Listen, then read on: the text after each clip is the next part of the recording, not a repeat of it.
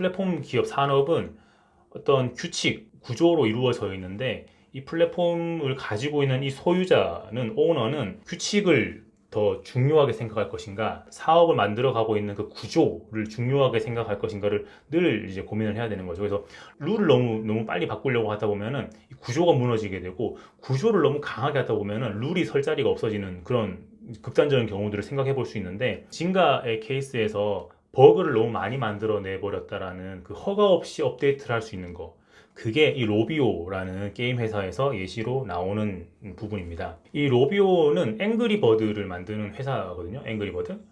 앵그리버드를 만들어서 이제 전 세계적으로 대히트를 쳤던 그런 회사인데, 이 개발자들이 딱 그랬어요.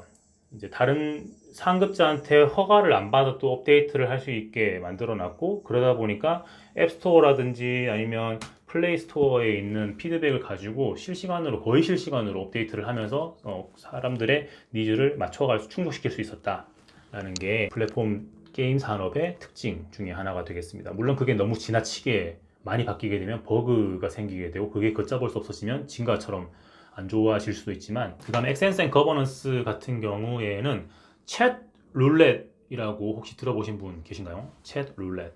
이게 뭐냐 하면은 채팅을 전 세계 사람들을 랜덤으로 연결해 주는 건데, 그래서 여기 러시안 룰렛의 룰렛처럼 룰렛을 이제 이름에다가 갖다 쓴 거죠. 그래서 CR 이런 로고를 쓰고 있던데, 이거 뭐 지금은 거의 뭐 없다시피 해요. 챗 룰렛이라는 회사, 예를 들어서 아마존에는 누구나 물건을 팔 수 있고, 뭐 이런 식으로 링크드인에는 누구나 직장인이라면 가입해가지고 자기 프로필을 올릴 수 있고, 이런 식으로 되게 오픈된 공간이라서 액세스에 제한이 없는데, 이런 제한이 없다 보니까 통제가 안 되고, 이 통제가 안 되는 경우에는 미스비헤이비어, 그러니까 잘못된 행동이랑 뭐 이런 그 좀 선을 넘는 그런 것들 때문에 노이즈가 발생하고, 그렇게 되면 퀄리티가 되게 떨어질 수 있는 그런 경우들이 생긴다는 거죠. 그래서 여기 제가 볼드로 해놓은 이 Naked Hairy Man 이라는 걸 딱 보면 왠지 느낌이 옵니다. 이 채팅에서 어떤 일이 있었을지 느낌이 오는데, 아마 이런 일이 있었겠죠. 아마 이게 영상 채팅이다 보니까 실제로 캡처됐던 것들을 봤는데, 이런 거예요. 이제 채팅하려고 딱 마음의 준비를 하고 있는데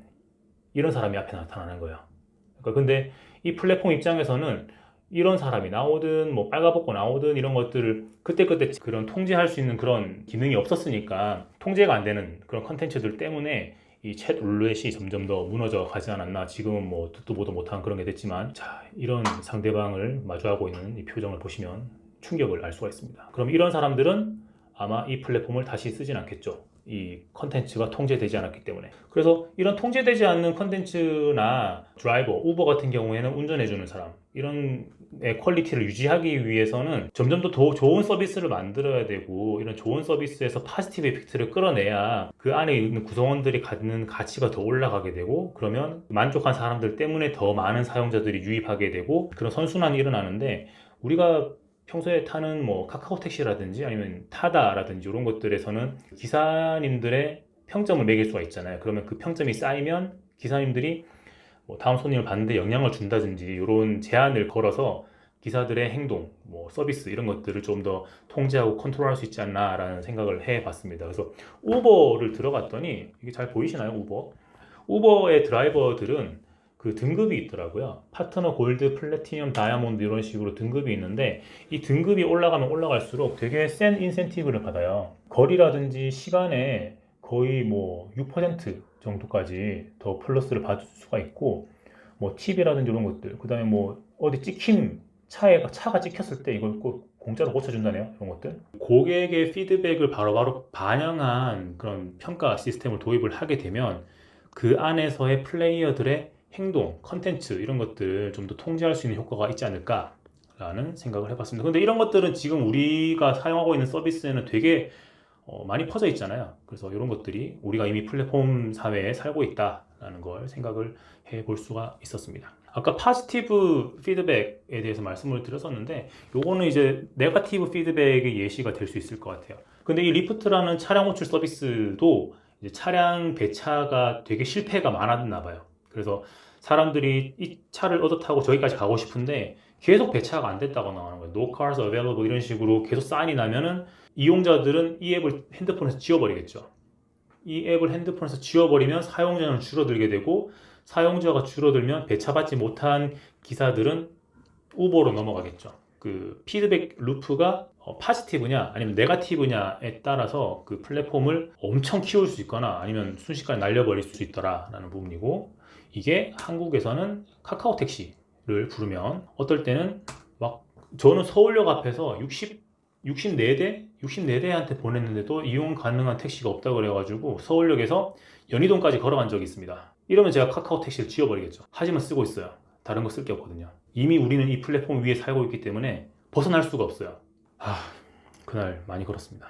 그 다음 특징으로는 인게이지먼트를 할 수 있는데, 그 플랫폼 위에 올라가 있는 다른 사람들을 계속 엮으려고 그 아까 트위터에서는 뭐 리트윗이라든지 태그 뭐 이런 것들을 거기에 심을 수 있도록 디자인을 바꿨다 그랬는데, 이 페이스북이라든지 뭐 다른 여타 플랫폼들도 그들이 가지고 있는 컨텐츠를 그 플랫폼 위에 있는 다른 참여자들한테 공유를 굉장히 쉽게 할 수 있도록 여기저기에 디자인을 되게 많이 숨겨놨어요. 뭐 공유하기라든지 좋아요라든지, 그 다음에 그 컨텐츠에서 머물렀던 시간이랑 이런 것들을 되게 트래킹을 해가지고 가치가 있는 컨텐츠다 싶으면 다른 구성원들한테 막 뿌려주는 그런 기능이 있어가지고 그 플레이어들의, 그 참여자들의 인게이지먼트를 올리려고 굉장히 노력을 하고 있다. 저는 플랫폼을 가질 것인가, 플랫폼 위에서 노동을 할 것인가 라는 그 화두를 가지고 지금 살고 있습니다. 또 다른 매트릭스 같은 경우에는 매치 퀄리티인데, 지금 구글을 전 세계적으로 가장 많이 쓰고 있는 검색 엔진이잖아요. 근데 이 구글도 자신의 검색 퀄리티를 유지하기 위해서 검색 엔진이 얼마나 최적화되었는지를 계속 평가를 하고 있다고 해요. 그래서 검색된 결과의 사이트가 얼마나 많은 뎁스 있는 자료들을 가지고 있고 페이지를 가지고 있는지를 확인을 하고, 그리고 검색된 자료들 중에 어떤 것이 어떻게 선택되었는지를 계속 트래킹을 하고 있다고 합니다. 듀오에서 매칭을 했는데 서로 만나더니 다시 연락을 안 해.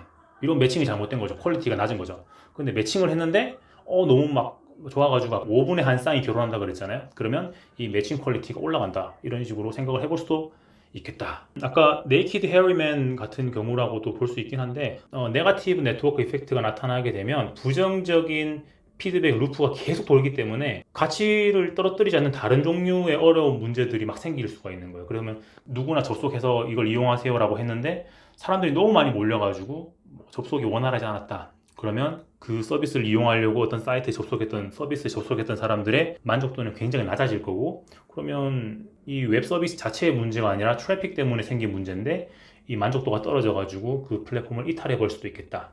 이런 예시가 있을 수 있습니다. 그리고 아까 3shift라고 했었는데, 내부 리소스를 조정을 해가지고 최적화를 만드는 거에서 플랫폼 기업은 외부랑 인터랙션을 통해 가지고 뭔가 더 가치를 만들어낸다, 이런 이야기를 잠깐 했었었는데, 그 내부 자원을 최적화시키는 그 파이프라인의 사업 기술을 가지고는 플랫폼에 있는 그 에코시스템을 더 키울 수가 없도록 되어 있어요. 그러니까 파이프라인 산업을 하던 식으로 플랫폼 회사를 운영을 하면 회사가 망한다 라는 건데, 사실 한국에서는 이 마이스페이스를 사람들이 잘 쓰지 않았죠. 적어도 저는 이 마이스페이스를 써본 적이 없거든요. 근데 머독이라는 미디어의 거물한테 인수가 됐다가 지금은 제가 들어가 보니까 아직 사이트가 있어요. 근데 그 사이트의 오너가 저스틴 팀브레이크라는 팝 가수고, 그렇기 때문에 그 사이트는 음악하는 사람들, 예술가들의 뭔가 교류의 장처럼 되어 있더라고요. 음악을 소개하기도 하고 어떤 연예인의 기사가 공유되기도 하고 이런 식으로 하는데 활성화되어 있는 것 같지는 않아요. 근데 어쨌든 아직 명맥은 유지하고 있지만, 이게 이 모양 이 꼴이 된 거는 파이프라인 회사를 운영하는 식으로 이 플랫폼 회사를 운영하려다가 말아먹었다 정도로 봐주시면 되겠습니다.